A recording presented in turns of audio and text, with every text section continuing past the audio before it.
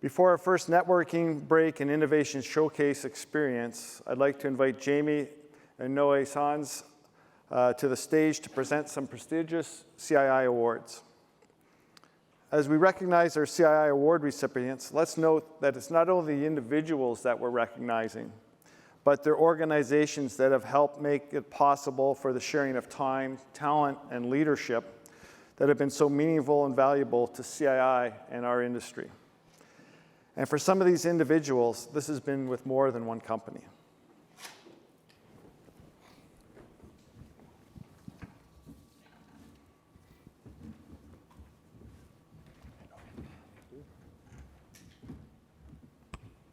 Thank you, Paul. Each year, CII honors an individual who exhibits the traits and leadership qualities for which James Porter Jr. is known. This award was established in 2007 as a tribute to Jim Porter, who was instrumental in establishing FIATEC and whose vision, leadership, technical acumen, commitment to people, and tireless efforts have advanced the connections of technology with the capital projects industry. It is our pleasure to present CII's Porter Award to Mr. Ted Weitzman with Worley.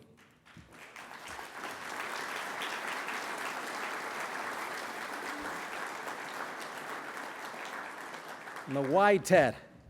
Ted has been an active participant and leader in driving awareness and advancements with technology topics for years through CII and FIATEC, and he has stayed dedicated to CII's research efforts and technology committee.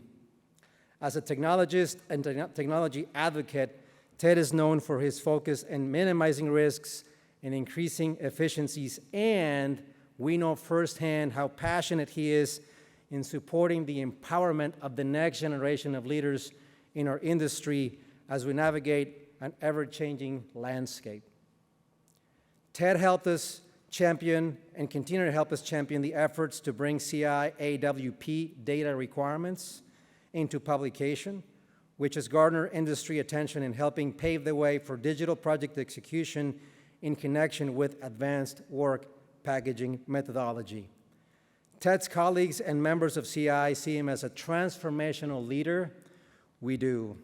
And those leader who philosophy is simple.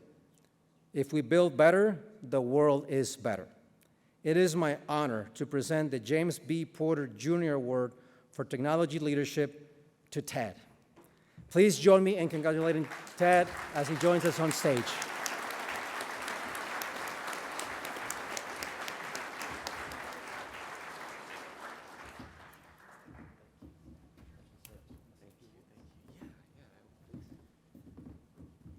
There are a few things that can leave me somewhat speechless or less loquacious, as we mentioned in the Technology Committee meeting yesterday. But this is definitely one of those moments. And I accept this really on behalf of all the collaborative effort that I've been blessed to participate in here within industry and within CII. So with that, I just want to say thank you. And let's continue doing the work. And it really is all about the data and the governance. So thank you very much.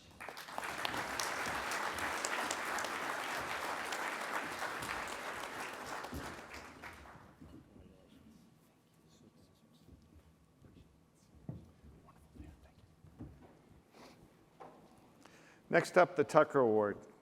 The Richard L. Tucker Leadership and Service Award recognizes an individual who has contributed significantly to the advancement of the CII mission and to the success of CII as an organization. It is named after Dr. Tucker, who personally led the effort to create the Construction Industry Institute in 1983, and who served as the first CII director from its inception until his retirement as director in 1998. This year, we are delighted to present CII's Tucker Award to Doug Omachinsky with Bechtel.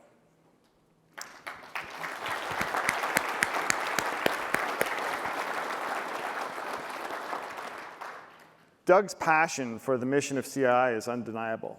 Over the years, he's represented Bechtel on the Board of Advisors, served on the Strategic Planning Committee, and served on the executive committee as vice chair and then chair. Doug served as vice chair and chair of CII research teams, and while the chair of the executive committee, he successfully led our membership through one of the most challenging times in CII's 40-year history, that being the first year of the COVID-19 pandemic. CII is better because of Doug's participation, guidance, and leadership. And although he was unable to be with us here at the conference, please join me in acknowledging Doug for all he has done for the Construction Industry Institute.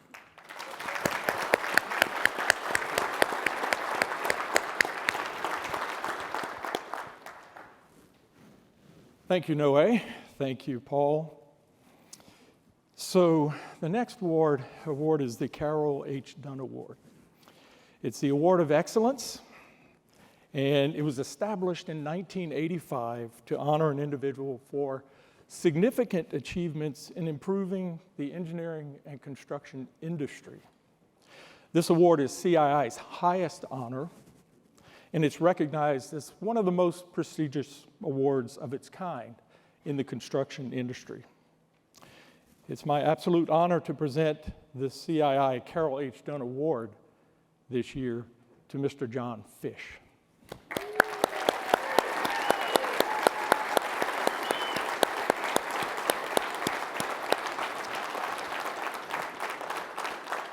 This is the second major industry award that CII has presented to Mr. Fish in the last decade. John has represented S&B and Ford, Bacon and Davis in CII since 1994, when Mr. Jimmy Slaughter, also a Dunn Award recipient who is here with us today, assigned John to CII's research team 113. That's a low number compared to the 400 series. And they developed the first PDRI and alignment tools. This was just the start of a long and amazing journey for John Fish through several CII teams for improving front-end planning and serving as a guest lecturer for the CII Best Practices course at the University of Texas. Always interested in technology, John was selected to join the CII Breakthrough Strategy team that spearheaded research for implementation of innovation deliverables and validated the value of the two-sided ISO for construction. Affectionately known as Fish, thank you, he's a change agent whose primary role has been and continues to be exploring technologies and best practices that challenge the status quo. After a decade of contributing to CII, Fish also joined FIATEC, and now after nearly 6 decades of serving this industry faithfully, he is still proudly pushing the limits on project improvement as he represents S&B and IMS today. Let's join in recognizing Mr. Fish, Mr. John Fish, with CII's Carrol H. Dunn Award, this Award of Excellence. Fish, please join us on stage and take a few minutes to share your thoughts.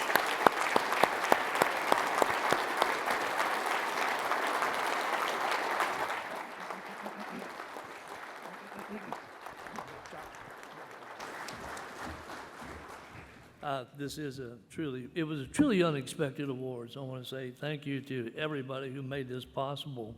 I've been blessed. I'm truly a product of grace. I've been blessed to work with this organization for 30-some-odd years, and it's phenomenal.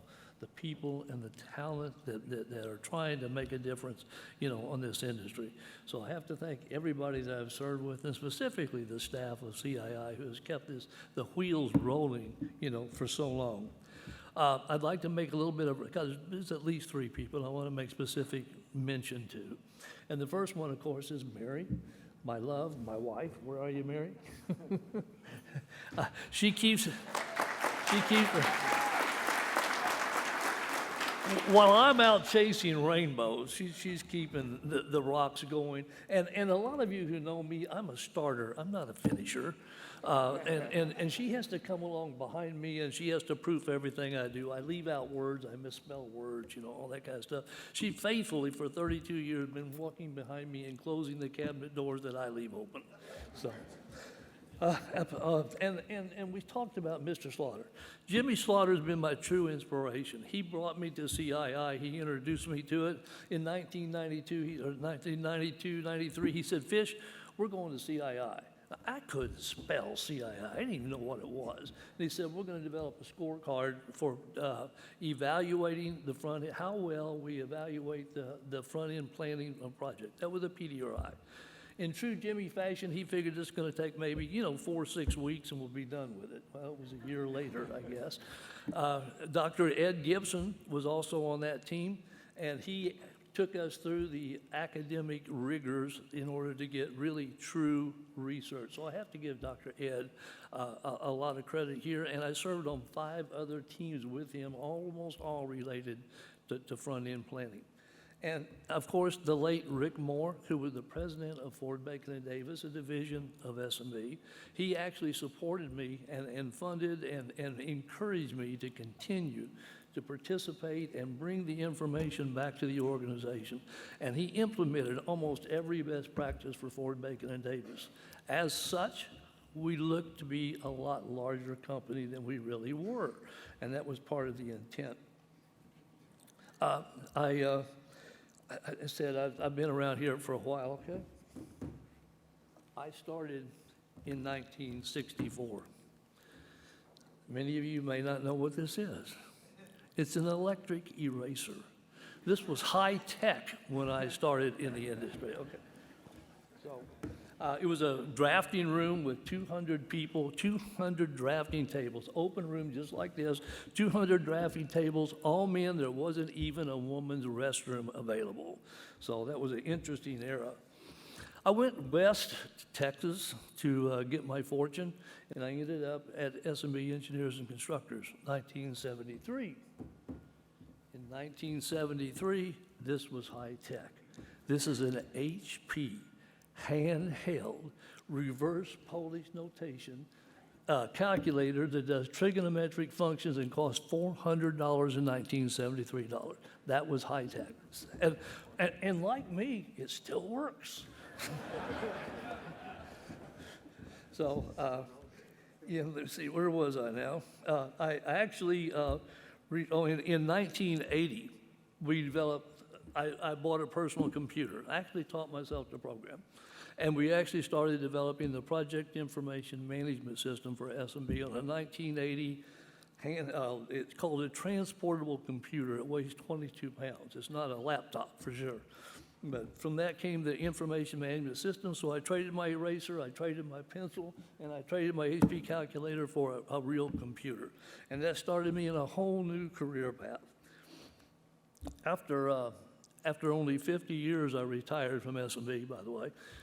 So I am now doing something new. It's called digital scanning. We're doing laser digital scanning of existing facilities and turning those into digital twins for turnaround support and productivity. It's really some exciting stuff.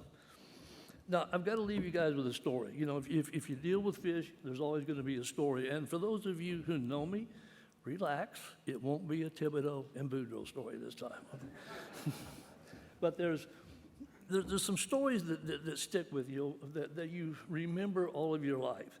And there's one specifically, and this is the 1950s. They didn't have a lot on TV, but they had these variety shows. And in this one variety, they showed a juggler, a singer, a dancer, an acrobat, something like that.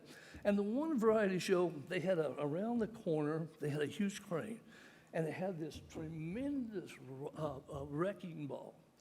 And the contest was to see which strong man could move the wrecking ball. So they bring the first muscle man out, and he grunts and he pushes and he shoves, can't budge the ball.